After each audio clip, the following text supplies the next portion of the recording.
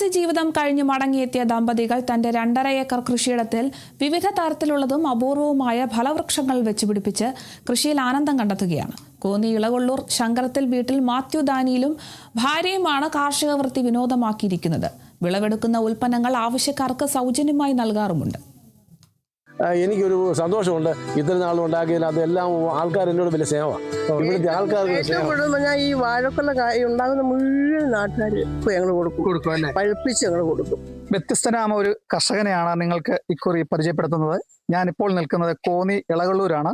എനിക്ക് ചുറ്റും കാണുന്ന ഈ 2.5 ഏക്കർ സ്ഥലത്ത് വ്യത്യസ്ത രീതിയിലുള്ള വിവിധ തരത്തിലുള്ള ചെടികളും വൃക്ഷ ലതാദികളും ഒക്കെ ഉണ്ട്. ഇത് അന്യ സംസ്ഥാനങ്ങൾ, അതായത് കാശ്മീർ മുതലുള്ള ഇന്ത്യയിലെ വിവിധ സ്ഥലങ്ങളിൽ നിന്നും സംഭരിച്ചെടുത്തതാണ്. കാരണം ഇത് വിൽപ്പനയ്ക്കല്ല. ഈ കർഷകർ 50 വർഷം പ്രവാസ ജീവിതം കഴിഞ്ഞ് നാട്ടിലെത്തിയേക്കുവാണ്. 3 മക്കളുണ്ട്. ഞങ്ങളോടൊപ്പം ഈ ചേരുന്ന ഈ കർഷകനെ നമുക്ക് പരിചയപ്പെടാം. ഡേവിഡ് ശങ്കരത്തിൽ, ഭാര്യ വത്സമ്മ ശങ്കരത്തിൽ അല്ലേ. ഡേവിഡ്, എങ്ങനെയാണ് ഈ കാർഷിക ജീവിതത്തിലേക്ക് വന്നത്, ഈ നീണ്ട പ്രവാസ ജീവിതം കഴിഞ്ഞിട്ട്? എൻ്റെ അപ്പനൊക്കെ പന്തളത്തുനിന്ന് ഞങ്ങൾ കുമ്പഴ വന്നു. കുമ്പഴന്ന് അന്നത്തെ കാലത്ത് ഈ 2ാം ലോകമഹായുദ്ധ സമയത്ത് ഇവിടെ ദാരിദ്ര്യം ഉണ്ടായിരുന്നു. ആ സമയത്ത് ഈ കൂപ്പ് കൃഷി ചെയ്യാൻ വേണ്ടിയൊക്കെ സ്ഥലം കൊടുത്തു. ആ കൂപ്പ് കൃഷി ചെയ്യുന്നതിന് വേണ്ടി എൻ്റെ അപ്പൻ്റെ അപ്പനുമായിട്ടൊക്കെ ആൾക്കാർ തണ്ണിത്തോട്, തേക്കോട്, മണ്ണേറ സ്ഥലത്തൊക്കെ പോയി അവർക്ക് 100 ഏക്കർ സ്ഥലം ഉണ്ടാക്കി അവിടെ എല്ലാം കൃഷി ചെയ്തു. ആ കൃഷി ചെയ്ത് അന്നത്തെ ആൾക്കാർക്കെല്ലാം ദാരിദ്ര്യമായതുകൊണ്ട് ആൾക്കാർക്കൊക്കെ ചുമ്മാ കൊടുക്കുകയും ചെയ്തു. ഇന്ന് വരെയും ഞങ്ങൾക്ക് അതിനൊരു മുടക്കം വന്നിട്ടില്ല. ഇപ്പം ഞാൻ ഈ കിഴവള്ളൂർ വരെ താമസിക്കുന്നതെങ്കിൽ ഇവിടെ എനിക്ക് 2 ഏക്കർ കൂടുതൽ വസ്തുവുണ്ട്. അതിനകത്ത് ഇല്ലാത്ത സാധനങ്ങൾ കുറച്ച് മാത്രമേ ഉള്ളൂ. ഇപ്പം ഞാൻ പറഞ്ഞ ഇവിടുന്ന് ഓരോന്ന് കാണിച്ച ഒരു 40 സൈസ് ഫ്രൂട്ട്സ് എൻ്റെ ഇതിനകത്തുണ്ട്. അത് എനിക്ക് തന്നെ തിന്നാനല്ല, എൻ്റെ അയൽവക്കാർക്കും ഒക്കെ ആയിട്ട് ഞാൻ ചുമ്മാ കൊടുക്കും. എൻ്റെ വീട്ടുകാർക്കായാലും ആർക്കെങ്കിലും ചക്കയൊക്കെ വേണമെങ്കിൽ ഞാൻ എൻ്റെ സ്കൂൾ ട്രയൽ അതുകൊണ്ട് കൊടുക്കും. അവർക്ക് തന്നെ പറിച്ചുകൊണ്ട് പോകാം. അതുപോലെ ഞാൻ വലിയ തോട്ടി വെച്ചിട്ടുണ്ട്. ആ തോട്ടി വെച്ചിട്ട് ആർക്ക് വേണമെങ്കിലും തോട്ടി എടുത്ത് പറിക്കാമെന്ന് ഞാൻ പറഞ്ഞിട്ടുണ്ട്. അവർ വന്ന് പറിച്ചുകൊണ്ട് പോകണം. ആ ഒരു പൈസ ഒന്നും ഞങ്ങൾക്ക് തരണ്ട. നിങ്ങൾക്ക് എപ്പം വേണമെങ്കിലും വരാം. ഇവിടെ എപ്പോഴും ഗേറ്റ് തുറന്ന് കിടക്കുകയാണ്. ആവശ്യമുള്ള അതുപോലെ വിൽക്കാനുള്ള സാധനം ഉണ്ടെങ്കിൽ തന്നെ ഞാൻ ഇവിടെ കപ്പയൊക്കെ വിൽക്കുകയാണെങ്കിൽ തന്നെ വെളിയിൽ 50 രൂപ ഉണ്ടെങ്കിൽ 40-നും 35-നും കൊടുക്കും. ഈ കടക്കാർക്കൊക്കെ 30-നും കൊടുക്കും. എന്നാലും അവർക്ക് ചെയ്യാനൊക്കെ ഉണ്ടല്ലോ. അതുപോലെ വാളംപുളി, അതുപോലെ ഈ മീൻപുളി, ഇതൊക്കെ സാധനങ്ങൾ ധാരാളമാണ്. അതെല്ലാം ഞാൻ അതിൻ്റെ ഓരോ ചെറിയ കിഴിയാക്കിയിട്ട് എൻ്റെ ഭാര്യ അതെല്ലാം അതിൻ്റെ കുരു കളഞ്ഞ് ആർക്കൊക്കെ വേണോ അവർക്കെല്ലാം അമ്മമ്മ എനിക്ക് തരണേ എന്ന് പറഞ്ഞ ആൾക്കാർക്ക് വരുന്നവർക്കൊക്കെ ഞാൻ കൊടുക്കും. അവളും എന്നെ പോലെ കൊടുക്കാൻ താല്പര്യമാണ്. അതാണ് ഞങ്ങളുടെ പ്രത്യേകത. ഇവിടെ എന്ന് വെച്ചാൽ നമുക്ക് ദിവസവും കഴിക്കത്തക്ക പോലെ ഇപ്പം നമ്മൾ കപ്പ പിടിച്ചിട്ടുണ്ട്. കപ്പ ആണെങ്കിലും ഇത് ഞാൻ തന്നെ തിന്നാന്നുള്ള ആർക്കെങ്കിലും വേണേൽ കുറച്ച് കൊടുക്കും. അങ്ങനെ കൊടുക്കാന്നുള്ളൊരു പ്രത്യേകത എൻ്റെ ജീവിതം.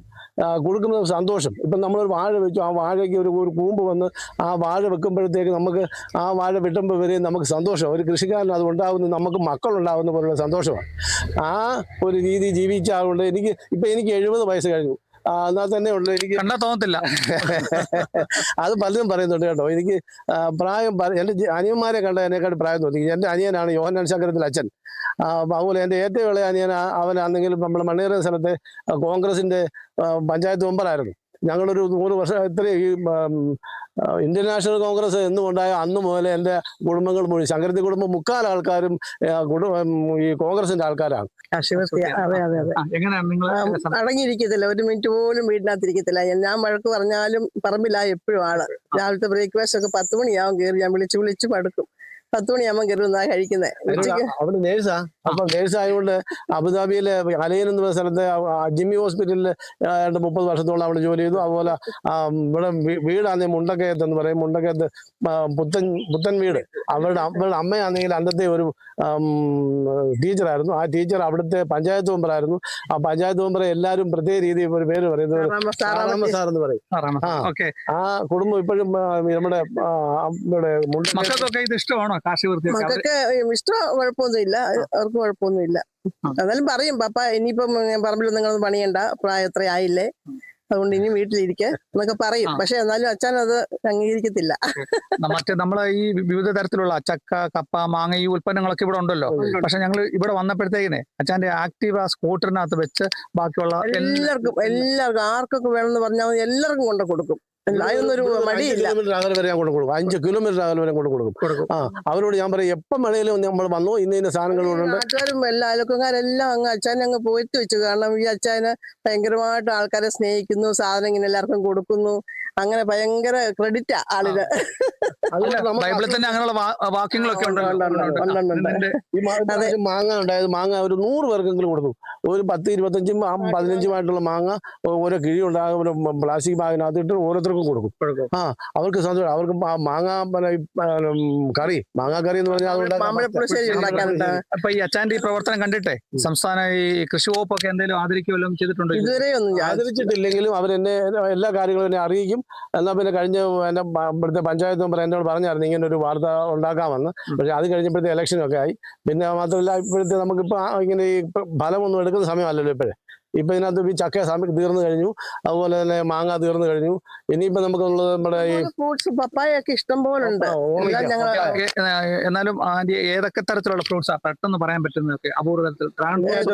ഇതുണ്ട്, പേരയ്ക്ക ഉണ്ട്, മാങ്ങാപ്പഴം ഉണ്ട്, ജാക്ക് ഫ്രൂട്ട് ഉണ്ട്, പിന്നെ പൈനാപ്പിൾ ഉണ്ട്, മോമിക്ക ഉണ്ട്, പിന്നെ ആത്തക്ക ഉണ്ട്, പിന്നെ ഇതുണ്ട് റംബൂട്ടാനുണ്ട്, സപ്പോട്ടക്ക ഉണ്ട്, പിന്നെ പാഷൻ ഫ്രൂട്ട് ഉണ്ട്.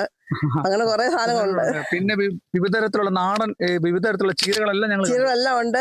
അതുപോലെ തന്നെ വേറെ പല സൈസുള്ള ചീരകൾ ഇവിടെ ഉണ്ട്. അതുപോലെ തന്നെ ചേമ്പ്, നമ്മുടെ ഈ പിന്നെ ഷുഗർകാർക്ക് കഴിക്കത്തക്ക ഷുഗർ ചേമ്പ് എന്നൊരു സാധനം അതും ഉണ്ട്. അത് ഞാൻ അതൊക്കെ ആർക്കും വന്നാലും അവർക്കൂടെ അവരുടെ വീട്ടിൽ കൊണ്ടുവന്ന് നടത്തക്ക പോലെ ഞാൻ കൊടുത്തു വിടും. അതൊക്കെയാണ് ഇതിന്റെ പ്രത്യേകത. ഏതായാലും എനിക്കൊരു സന്തോഷമുണ്ട്. ഇത്ര നാളും ഉണ്ടാക്കിയതിൽ അതെല്ലാം ആൾക്കാർ എന്നോട് വലിയ സ്നേഹമാണ്. ഇവിടുത്തെ ആൾക്കാർക്ക് ഏറ്റവും കൂടുതൽ ഞാൻ ഈ വാഴക്കൊല കായ ഉണ്ടാകുന്ന മുഴുവൻ നാട്ടുകാർക്ക് ഞങ്ങൾ കൊടുക്കും, പഴുപ്പിച്ച് ഞങ്ങൾ കൊടുക്കും. പടലയിടത്ത് നടത്തി എല്ലാവർക്കും ഇപ്പോഴും ഞാൻ പുള്ളിക്കാരി കൊടുത്തിരിക്കും. അപ്പൊ അങ്ങനെ പ്രവാസ ജീവിതം കഴിഞ്ഞ് മാതൃകാ ദമ്പതികളായിട്ടാണ് ഡേവിഡും വത്സമയും മാറുന്നത്. അവര് ഈ ഉൽപ്പന്നങ്ങൾക്കൊന്നും വില വാങ്ങുന്നില്ല. സ്വന്തം ഇരുചക്ര വാഹനങ്ങളിൽ 2 പേരും അടുത്ത ബന്ധുക്കൾക്കും നാട്ടുകാർക്കും എല്ലാം 5 കിലോമീറ്റർ വരെ ഡേവിഡ് എല്ലാ ദിവസവും ഈ തന്റെ പുരയിടത്തിൽ നിന്ന് കിട്ടുന്ന ഉൽപ്പന്നങ്ങളുടെ ഒരു ഫലം അന്യർക്ക് കൊടുക്കുകയാണ്. സമൂഹം ഇത് കൂടുതലുണ്ടെങ്കിൽ ഞാൻ വിൽക്കുകയും ചെയ്യും. നമ്മൾ വിൽക്കുന്നുണ്ടല്ലോ, കൂടുതലുള്ള സാധനം കുറച്ചെങ്കിലും വിൽക്കും. അത് വിറ്റില്ലെങ്കിൽ ഇത് വെറുതെ കിടന്നു പോകത്തില്ല. സമൂഹം ഇത് മാതൃകയാക്കണമെന്നാണ് ഇവര് 2 പേരുടെയും ആവശ്യം.